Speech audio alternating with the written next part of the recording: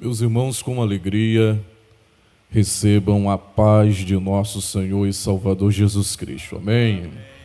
Queridos, sem delongas, eu quero convidar-vos para um texto da palavra do Senhor que está no livro do Apocalipse, o livro das Revelações, o último livro da Bíblia, capítulo de número 3, versículo de número 7 a seguir.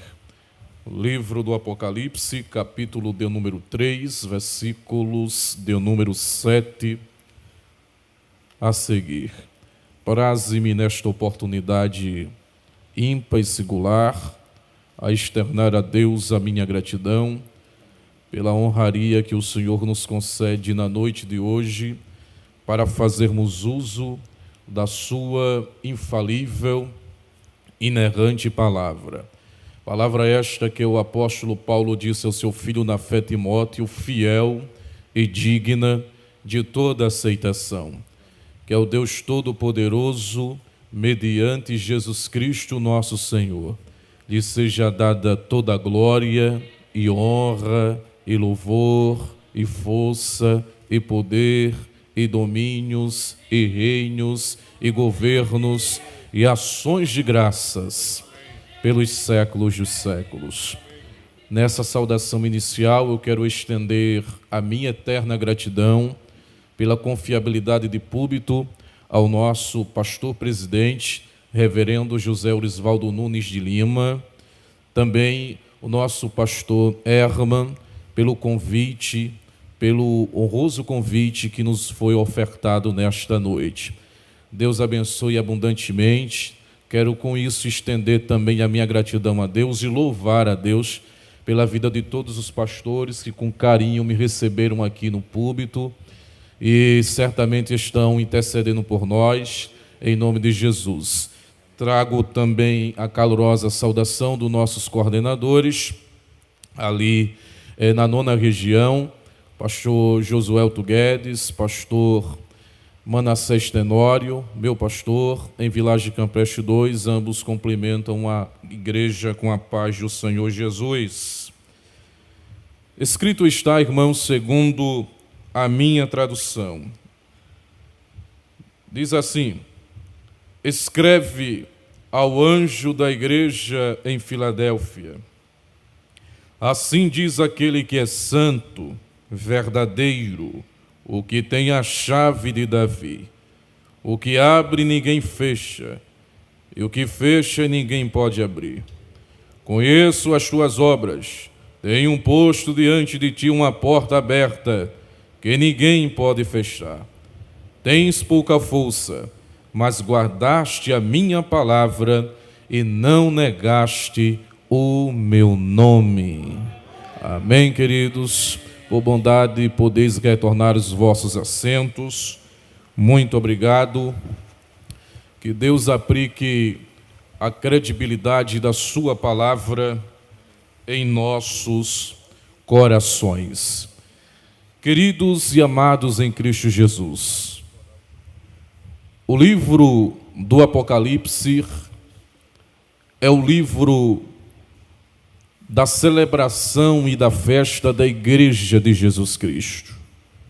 Comentarista bíblico Samuel Pérez Milos, no seu comentário bíblico em espanhol sobre o livro do Apocalipse, ele diz que é o livro cuja literatura exalta e bendiz o nome de Jesus Cristo, bem como também a sua obra redentora que ele realizara na cruz do Calvário. Esse livro é o livro da esperança, é o livro em que traz as grandes revelações da glória, da grandeza, da salvação, do reino, da glorificação, da pessoa de Cristo e da igreja. Hernando Dias Lopes, ele diz que esse livro é o livro que salta a seguinte mensagem: o triunfo vitorioso de Jesus Cristo e da sua igreja. É o livro que traz as grandes manifestações, cujos serafins, querubins, anjos, arcanjos, 24 anciãos, os seres viventes, glorificam aquele que está sentado no trono pela governabilidade que tem de geração em geração. Mas este livro também é o livro que traz as notas musicais do conforto da igreja em tempos de perseguição, em tempos sombrios, em tempos caóticos, em que a igreja vivera neste mundo, na terra dos viventes.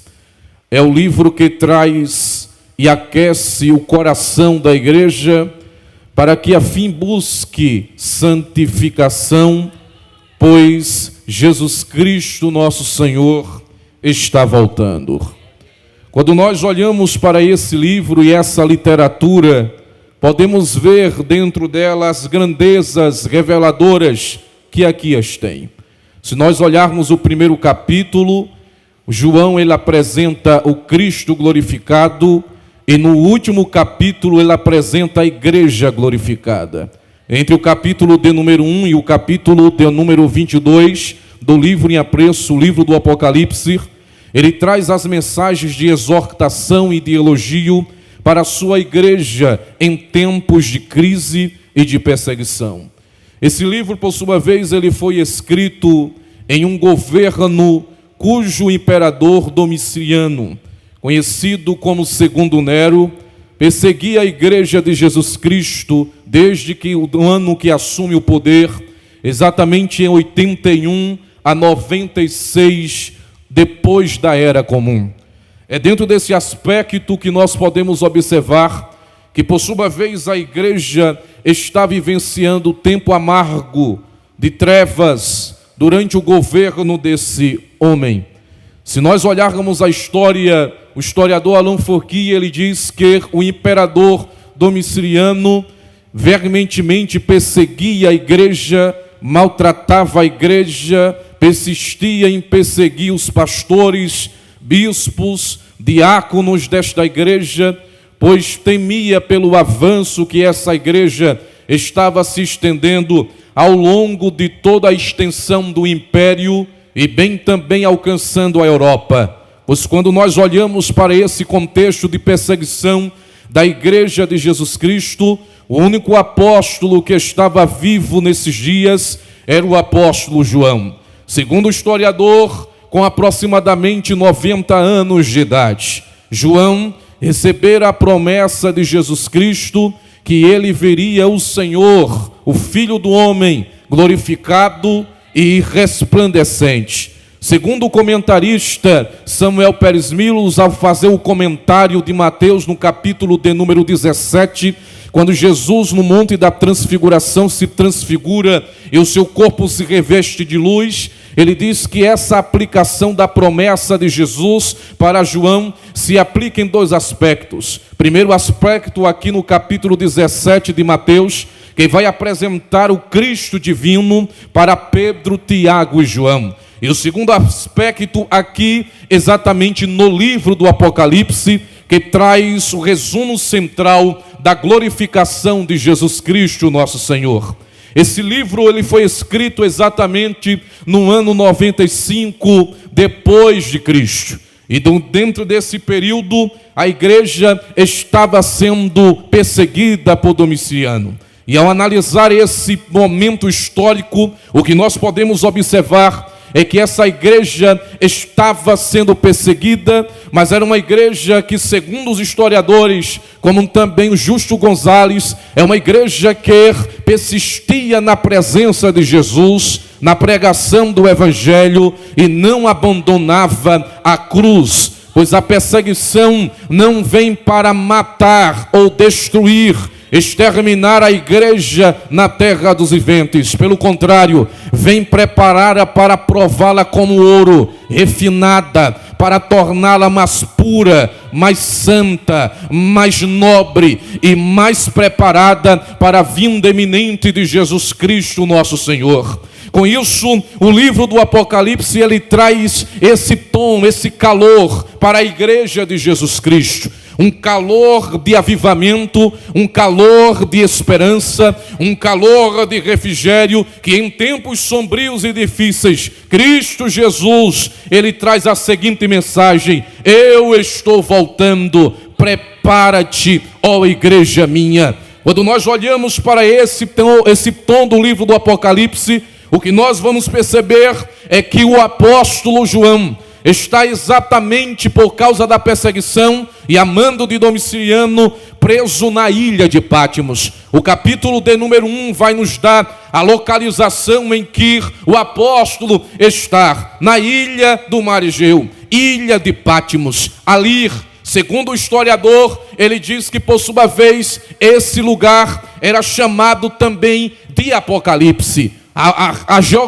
geografia mostra que tal expressão apocalipse, que vem no grego apocalíptico, que traz a revelação ou a manifestação das coisas que os homens não conheciam. Para Roma e para a filosofia grega, Apocalipse era a expressão que trazia a ideia que, por sua vez, os presos que eram direcionados e colocados naquele lugar, trazia a ideia que o pavor, o temor que os homens não conheceram iriam se manifestar e revelar ali, exatamente na ilha de Patmos, ilha do Mar Egeu, por ter as bestas feras de Roma, por ter os animais ferozes de Roma, que servia como espetáculo no Coliseu romano, diante de todos os romanos e daqueles magistrados que assistiam àquele espetáculo. E a maioria dos espetáculos eram a igreja sendo, por sua vez, mortas e devoradas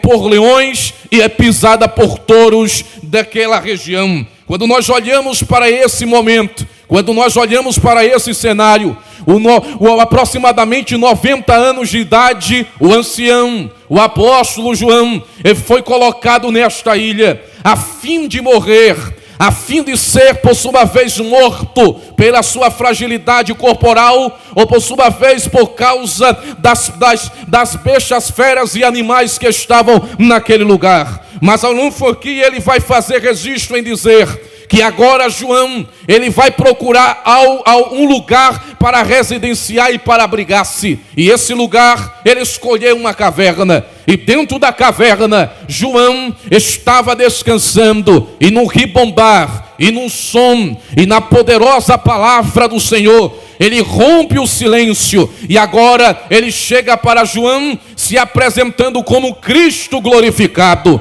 como Cristo ressurreto, como Cristo que tem um domínio sobre o governo, e como Cristo que está acima do imperador. É João na ilha de Patmos agora, e ele vai experimentar uma das maiores experiências que ele já tivera durante o seu exercício do seu ministério e da sua vida. João agora, ele vai observar, ele vai agora estar, ele agora vai experimentar a presença gloriosa do Filho de Deus. É na ilha de Patmos que agora Jesus resolve se apresentar a João. O que me chama a atenção, irmãos, é que o comentarista Samuel Pérez Milos, ele vai dizer que a ilha de Patmos só existia, por sua vez, um caminho que era direcionado para Roma. Esse caminho era de ida e esse caminho era de volta. As portas ali da cidade, daquela ilha, se fecharam. Não existia escape, não existia um lugar para João sequer se refugiar e salvar a sua própria vida. Mas o interessante é que quando João está preso na ilha de Patmos, e quando as portas dos homens se fecham, aí João escreve no capítulo 4 do livro do Apocalipse, e no versículo de número 1: e eu, quando eu olhei para o céu, eu vi uma porta aberta, e uma voz que ecoava dentro da porta dizia: João, sobe para cá. Eu tenho uma boa mensagem para a tua vida nesta noite. Quando as portas dos homens te fecham, Deus te abre uma porta no andar de cima e te chama pelo nome, dizendo: chegou a hora de sair da ilha de Pátimos, chegou a hora de sair da onde te limitam, chegou a hora de sair do lugar em que te vejam, porque Deus vai te fazer voar, aleluia, na força da palavra, pois Ele te chama pelo nome nesta noite e te diz: João, Maria, Paulo, Marcelo, vem para cá. Aleluia. E quando o Senhor se apresenta a João, no capítulo de número 1, ele se apresenta de uma maneira espetacular. Pois João, segundo os registros biográficos dos evangelistas, foi o apóstolo que estava aos pés da cruz, junto com Maria, chorando aos pés da cruz. Ele viu a coroa, ele viu o seu Cristo ensanguentado, ele viu o seu Cristo fragilizado, ele viu o seu Cristo pregado, ele viu os pregos nas mãos do seu Cristo, ele viu os pregos nos pés do seu Cristo, ele viu o seu Cristo humilhado e por sua vez sendo cuspido e ridicularizado pelos soldados e pelos judeus daqueles dias. Mas quando chega no livro, quando chega no Apocalipse, quando chega na ilha de Pátimos, o que ele vai ver é algo extraordinário. O Cristo glorificado, ele olha para os seus cabelos, nos seus cabelos eram brancos como a lã. Ele olha para os seus olhos e os seus olhos ardem como chama de fogo. Ele olha para o seu rosto não estava ensanguentado como estava na cruz do Calvário. O seu rosto agora é como o sol ao meio-dia, radiante, brilhante. Ele olha para as suas vestiduras, não estavam rasgadas. Ele vê as suas vestiduras como a lã branca. Olha para os seus pés, não estão pregados, mas os seus pés eram como um latão reluzente saindo da fornalha. Olham para as suas mãos, não há pregos, mas olha para a sua mão direita e vê os 7 candeeiros pegando fogo, que são as 7 igrejas da Ásia Menor. Olha para a esquerda e vê os pastores, respectivos pastores, na sua mão esquerda. Em outras palavras, era Jesus se apresentando e dizendo: João, é mais fácil o céu deixar de ser azul e o mar não existir mais peixe do que eu perder o controle da minha igreja. Eu sustento a minha igreja. Pode perseguir, pode se levantar o espírito do governador, pode produzir projetos e leis contra a igreja, pode se levantar exércitos contra a igreja, mas a igreja está sustentada na palma de Jesus. A igreja não é um carro desgovernado descendo uma ladeira abaixo. A igreja tem um controle, tem a direção, e a direção está na mão de Jesus. Ninguém vai destruir e parar essa igreja, porque essa igreja está nas mãos de Jesus. Aleluia.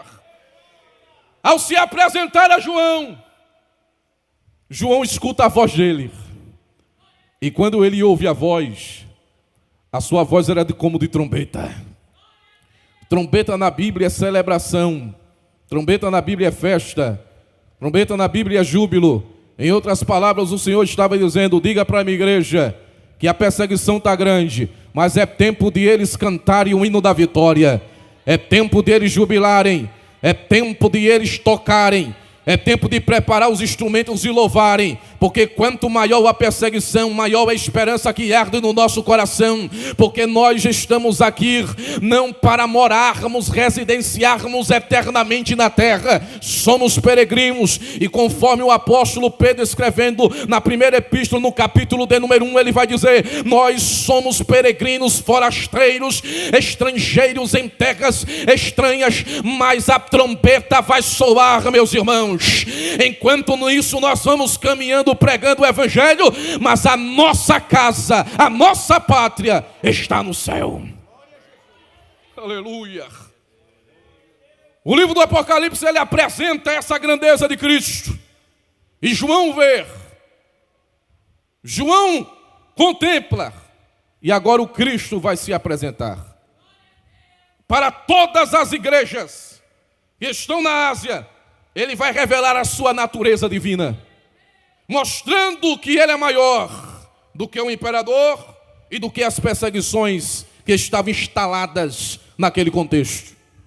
Para a igreja de Éfeso, ele diz que é aquele que anda nos candeeiros de ouro. Para a igreja que está em Esmina, ele diz que ele é o primeiro e o último, o que foi morto e reviveu. Para a igreja que estava em Pérgamo, ele diz é aquele que tem a espada afiada de 2 gumes. Para a igreja que está em Tiratira, ele apresenta-se como filho de Deus, cujos olhos são como chamas de fogo. Para a igreja de Sardes, ele se apresenta como os 7 Espíritos de Deus, que ardem ao redor do trono de Deus. Para a igreja que está em Laodiceia, ele diz que é o Amém, a testemunha fiel, verdadeira, o princípio da criação de Deus. E quando chega aqui, exatamente para a igreja de Filadélfia, ele se apresenta como santo, como verdadeiro, aquele que tem a chave de Davi, aquele que abre e ninguém fecha, e que fecha e ninguém pode abrir. Aqui nós podemos observar, no versículo de número 7, o anjo que escreve para a igreja que está em Filadélfia. O termo aqui, Filadélfia, é um vocábulo oriundo do grego, de uma junção de 2 palavras gregas. Philo vem de filéu. Filéu significa amigo, ou amor, ou amizade, ou paixão. E também a fraternidade no grego vai significar, por sua vez, de fraterno, ou chamado no grego de Adélfia. Adélfia aqui traduzido para o português fraterno, e filo ou filéu traduzido com amor. Ou seja, a seguinte expressão é: a igreja de Filadélfia, ela tinha um amor fraterno, o amor de amigo. Segundo Champlin, no seu comentário do Antigo Testamento e na sua enciclopédia Filosofia e Teologia, ele vai fazer menção que no século 17, por sua vez, essa cidade não era mencionada como Filadélfia, era conhecida como Portão Oriental. Portão Oriental porque era cidade de roteiros e visitantes de turistas. Aquela cidade era conhecida pela cultura da sua idolatria, pela cultura grega helênica que permeava nesses dias. Se nós olharmos também o comentário de Samuel Pérez Milos, ele vai dizer que essa cidade, ora, era uma cidade adulterada, filosoficamente falando, e não aceitava outras doutrinas que não fossem as doutrinas baseadas na obra Banquete de Platão e nas obras da República de Platão, como também nas obras de Aristóteles. Esses homens estavam, por sua vez, envolvidos nas idolatrias, no mundanismo e no misticismo dentro desse contexto. Mas a história vai registrar que quando a igreja chega em Filadélfia, quando a pregação, por sua vez, do evangelho chega nessa cidade, aquela cidade foi tão impactada pelo poder do evangelho, pelo poder da cruz, pela mensagem de Jesus Cristo, que mudou o nome historicamente, e ela ficou conhecida como Filadélfia. Não Filadélfia por causa dos moradores comuns, mas Filadélfia por causa da igreja que estava crescendo naquela cidade. Era uma igreja que estava influenciando, era uma igreja que estava mudando o curso daquela cidade, porque a igreja de Jesus Cristo, quando chega em uma cidade, quando chega dentro de uma favela, o negócio muda, a atmosfera tem que mudar, porque a igreja nasceu para influenciar, a igreja nasceu para fazer a diferença, a igreja nasceu para trazer a mensagem do Calvário, aleluia. A igreja nasceu para pregar o amor da cruz, o amor que se manifestou em Jesus, e é por isso que nós entregamos a vida uns pelos outros, por causa do amor de Jesus Cristo que foi derramado no nosso coração. A igreja influenciou pastor Augusto Bisneto aquela cidade, e essa igreja, ao influenciar aquela cidade, aleluia, nesse período Domiciano perseguiu, mas a igreja persistia. E Jesus Cristo, ele disse: eu tenho uma chave de Davi. E se eu abrir, ninguém fecha. E se eu fechar, ninguém abre. Em outras palavras, eu tenho autoridade e o domínio sobre a minha igreja. E as portas do inferno não prevalecerá contra ela. Ele diz no versículo 8: conheço as tuas obras. Tenho posto diante de ti uma porta aberta. Em Atos no capítulo 14, versículo 27, o Evangelho nos abriu a porta da fé. Em 1 Coríntios capítulo 16, versículo 9, ele nos abriu uma porta grande e alta. Em 2 Coríntios capítulo de número 2, versículo 12, ele nos abriu a porta do Evangelho. Colossenses capítulo de número 4, versículo 3, ele nos abriu a porta da palavra. Em Mateus capítulo 7, versículo 13 a 14, ele nos abriu uma porta estreita. Em João capítulo 10, versículo de número 9, o próprio Jesus Cristo disse: eu sou a porta. Em Mateus capítulo 28, versículo 2, a porta do sepulcro foi aberta, porque ele é maior do que o sepulcro e maior do que a morte. Em Atos capítulo 5, versículo 19, ele abriu as portas dos cárceres, do cárcere público, e soltou os apóstolos que foram presos. Em Atos capítulo de número 12, ele abriu as portas da prisão de Pedro.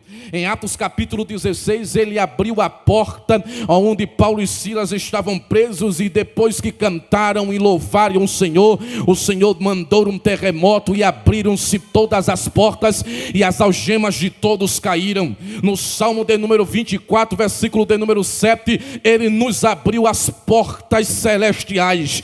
Em Salmo de número 118, versículo de número 10, pois ele nos colocou uma porta aberta e os justos passam por ela. A porta que ele abriu, ninguém fecha. A porta que ele abriu para a igreja, ninguém pode fechar. Ele abriu porque ele é a porta, ele abriu porque ele é a moldura, ele abriu porque ele é a chave. Ele tem um domínio para dirigir a sua igreja. E ele diz: entra por mim, e quem entrar por mim salvar-se-á. Aleluia. Mas Jesus ainda continua dizendo: tens pouca força, versículo 8, mas guardaste a minha palavra e não negaste o meu nome. Veja que a única igreja que recebe o elogio era uma igreja que tinha pouca força. Aleluia. O apóstolo Paulo, em 2 Coríntios capítulo de número 12, ele vai registrar: e foi-lhe dado um espinho na carne, e por 3 vezes orou ao Senhor. E quando ele orava ao Senhor, o Senhor bradou, falou a Paulo: Paulo, a minha graça te basta, porque o meu poder se aperfeiçoa na fraqueza. Você está aqui não é por causa dos seus méritos. Você pode ter uma boa retórica, uma boa oratória. Você pode ser um grande empresário, ter um nome reconhecido no estado. Você pode ser o grandão do Planalto, pode ser conhecido da faculdade à casa. Mas deixa eu lhe dizer, é por causa da graça. Não é méritos humanos, é a graça de Deus. É a graça de Deus que levanta, é a graça de Deus que nos sustenta, é a graça de Deus que nos salva, é a graça de Deus que nos conduz à vida eterna, é a graça de Deus que pelo qual nos revestirá de um corpo glorificado e estaremos com o Senhor para todo sempre. É a graça. É essa graça divina. Tens pouca força, mas é a graça. Mas eu não sei falar, mas é a graça. A graça te basta, Paulo. Aleluia. Oh, aleluia. É a minha graça que te sustenta nesta noite. Se não for a minha graça, estaria certamente perdido. Mas é por causa da graça que todos nós estamos aqui. E ainda ele diz: guardaste a minha palavra e não negaste o meu nome. Guardaste a minha palavra. Em meio à perseguição, guarda a palavra. Guarda o que tens. Guarda a palavra. Esconda a palavra no coração. Registra a palavra na tábua do coração. Deixa a palavra na tua memória. Sujeita os teus pensamentos à palavra, pois está escrito em Hebreus capítulo 4, versículo de número 12: e a palavra é viva e eficaz, mais afiada do que qualquer espada aguda de 2 gumes, penetra até a divisão da alma e do espírito, entre ossos e medulas, e apta para discernir pensamentos e intenções do coração, porque não há coisa alguma que esteja coberta diante dos seus olhos, pelo contrário, todas as coisas estão patentes e opostas diante daquele que haveremos de prestar contas. Jesus Cristo disse que não só de pão viverá o homem, mas de toda palavra que sai da boca de Deus. O salmista, no Salmo 119, no verso 105, ele disse: lâmpada para os meus pés é a tua palavra, e luz para o meu caminho é a palavra. O segredo é guardar a palavra, porque é a palavra, irmãos, que salva, é a palavra que cura, é a palavra que regenera, é a palavra que transforma, é a palavra que governa, é a palavra que levanta, é a palavra que ressuscita, é a palavra que batiza, é a palavra que é a palavra que tem, é a palavra que faz, é a palavra que é ministrada, que edifica, é a palavra que exorta, é a palavra que consola, é a palavra que aviva. Sem a palavra não tem avivamento, sem a palavra não tem poder, sem palavra não tem graça, sem palavra não tem cura, tem que ter palavra. É por isso que a Assembleia de Deus no Brasil e no mundo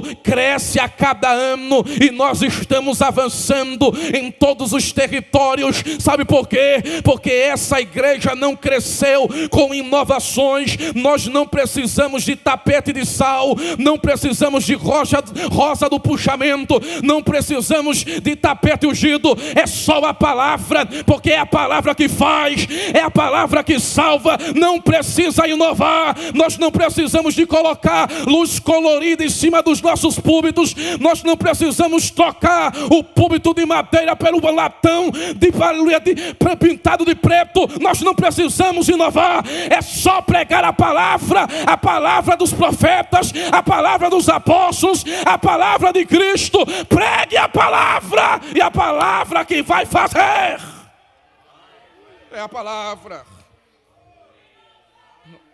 É a palavra. Aleluia. Porque guardaste a minha palavra, e quem guarda a palavra não nega. Não nega o nome do Senhor.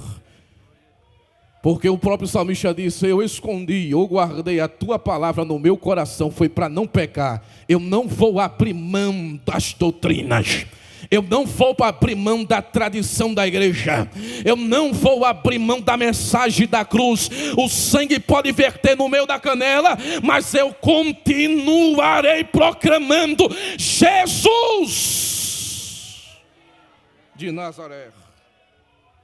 Aleluia. Versículo de número 9.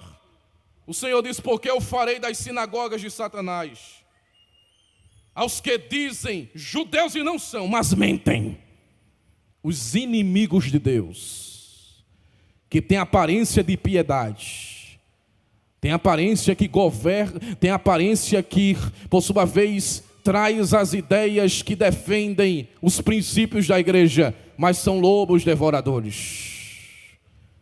Tem cara de anjo, mas o coração está libado pelo inferno. Tem cara de bom, mas o coração é mau. Inimigos de Deus, que por sua vez persegue o Cristo e a igreja de Jesus Cristo. É estes que serão prostrados diante da igreja e do Cristo da igreja. Aleluia. Os homens que perseguem nas suas filosofias, como Obel, que negou a existência de Deus, como tantos outros filósofos, Diógenes, Parmênides, que negavam a existência de Deus, e eles diziam que Deus não existe, o que existe é um elemento primordial que deu início a todo o universo. Mas não! Esses homens estão enganados, e estavam enganados. Os poderosos desta nação, as sociedades secretas, um dia vai ter que testemunhar: Jesus Cristo raiando nos céus. Aleluia. Segundo um famoso estudioso alemão do Novo Testamento, Gwend Ludman, ele diz que muitos dos ateus nos seus dias contemporâneos estavam, por sua vez, negando a existência de Cristo, dizendo que era mais fácil provar a existência de Buda do que a existência de Cristo. Mas eles estavam errados. O historiador, por sua vez, Gueri Haber, ele diz que existe mais de 39 fontes que, historicamente falando, fontes antigas que atestam, confirma da existência histórica de Jesus Cristo, o nosso Senhor. Fontes históricas que mostram a existência de Jesus Cristo.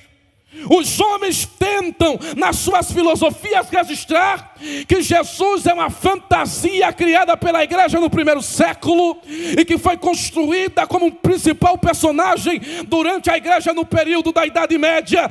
Mas eles experimentarão e os seus olhos contemplarão, porque exatamente João, quando estava na ilha de Patmos, ele disse: e eu vi o céu sendo enrolado como um tapete, e um cavaleiro sentado no cavalo branco.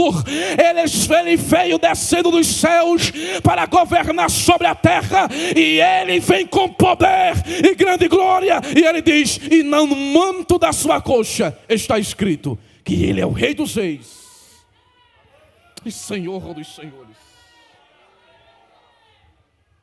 Os homens podem tentar a negar, mas chegará o grande dia do Senhor, que eles correrão de pavor, porque ele vai voltar. Aleluia, ele voltará na sua vinda após a grande tribulação, e a igreja estará com ele glorificada nos altos céus, com milhares e milhares de anjos. O anticristo estará na terra para destruir Israel, mas a igreja glorificada ao lado do seu Senhor Jesus Cristo, ele virá na força, aleluia, como parente vingador, para reger as nações e para se vingar dos seus inimigos.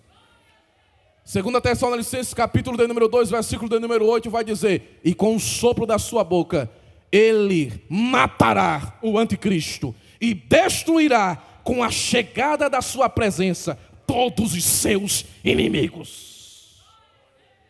Por isso que no versículo de número 11 ele diz: eis que eu venho sem demora. Diga comigo: eis que eu venho. Você pode fazer bonito. Diga: eis que eu venho sem demora. Guarda o que tens, para que ninguém tome a tua coroa. Aleluia. Quantos podem levantar as suas mãos para glorificar o Senhor? Oh, Espírito Santo de Deus. Porque ele diz: quem tem ouvidos, que ouça o que o Espírito diz às igrejas. Fique de pé comigo, por gentileza.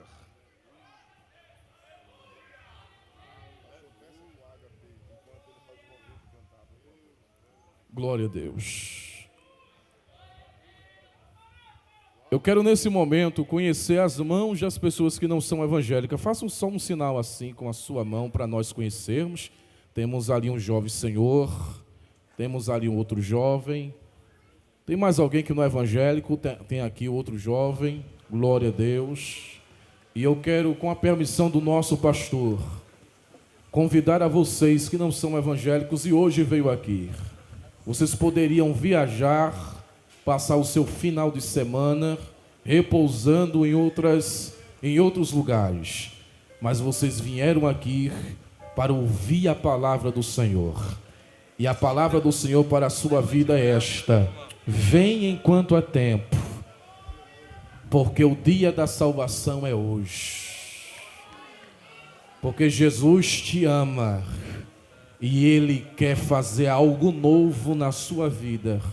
Pessoas não evangélicas ou afastadas dos caminhos do Senhor, se você hoje quer receber Jesus como Senhor, vem aqui à frente. E nós vamos orar por você. Já está vindo a primeira pessoa para Jesus. Oh, aleluia. A primeira vida já está vindo ali para o Senhor Jesus. E já estava chorando ali, oh glória. É a presença de Deus, é a palavra que faz isto. Se Jesus salva a segunda, irmãos, se Ele salva a primeira, Ele salva a segunda. Cadê a segunda vida para Jesus? Ele te ama e Ele te chama. Vem aqui, meu jovem. Vem aqui, minha irmã, meu irmão. Vem aqui receber Jesus, porque Ele tem um plano na tua vida especial. Jesus é uma realidade histórica e é uma realidade eterna. Ele está chegando, ainda dá tempo. Venha para cá. Enquanto isso, o ágape já estará louvando a Deus. E que o Espírito da palavra, ele possa navegar no teu coração nesta noite. Oh,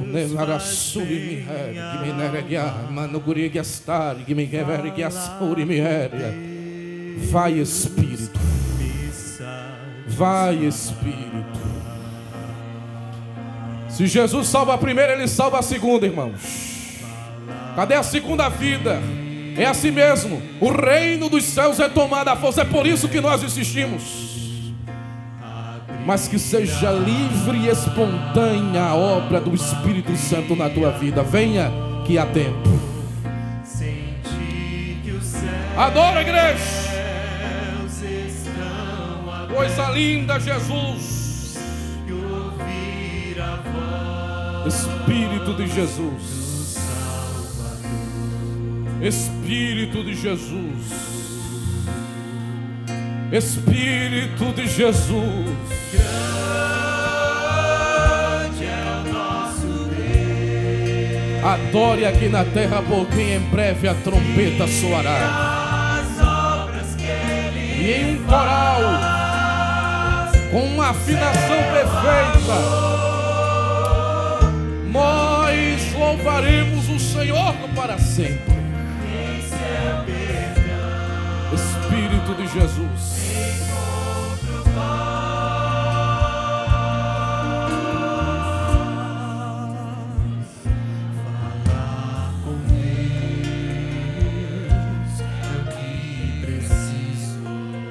Espírito de Deus.